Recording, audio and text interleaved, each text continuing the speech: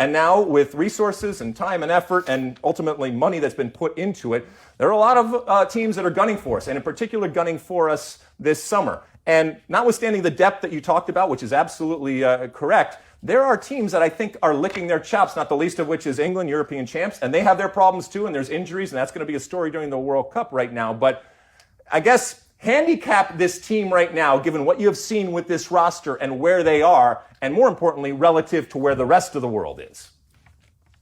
Well, I think the important thing for fans to understand is how the calendar has changed and how the growth of the women's game on the club side is affecting the Women's World Cup, right? So you go back in the early years, there was no club calendar to worry about in most countries, right? So you'd call in your national team players, you could have extended camps. And this is where the U.S. really built up an advantage, separate from having Title IX and having the college system as a way to develop players, where it really wasn't until the last cycle that, you know, you didn't have a World Cup prep where, okay, we get to have the players for, 50 days in the year leading up to the World Cup. That's unheard of in the men's game and unheard of in a lot of the women's game. But now that we have a much more traditional club calendar, we're trying to see more club competitions between leagues started up, right? You've seen leagues go full time so that they're, that the players actually have a year-round job.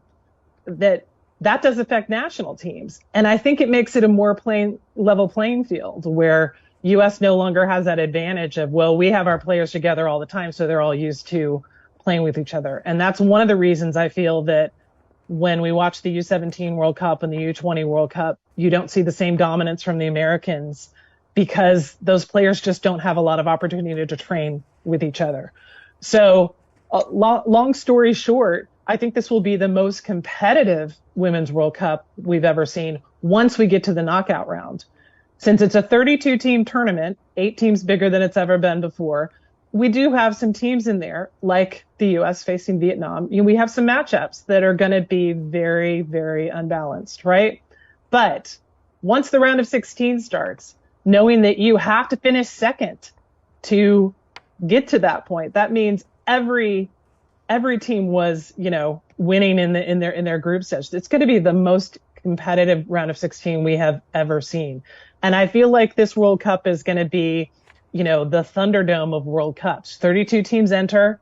Maybe one leaves with half of their players still intact, right? It seems like every team has some kind of dramatic story, whether it's injuries or coaching or federation upheaval or whatever, right? But to me, there's no clear winner. There's like 10 teams that could pull it off if everything goes their way.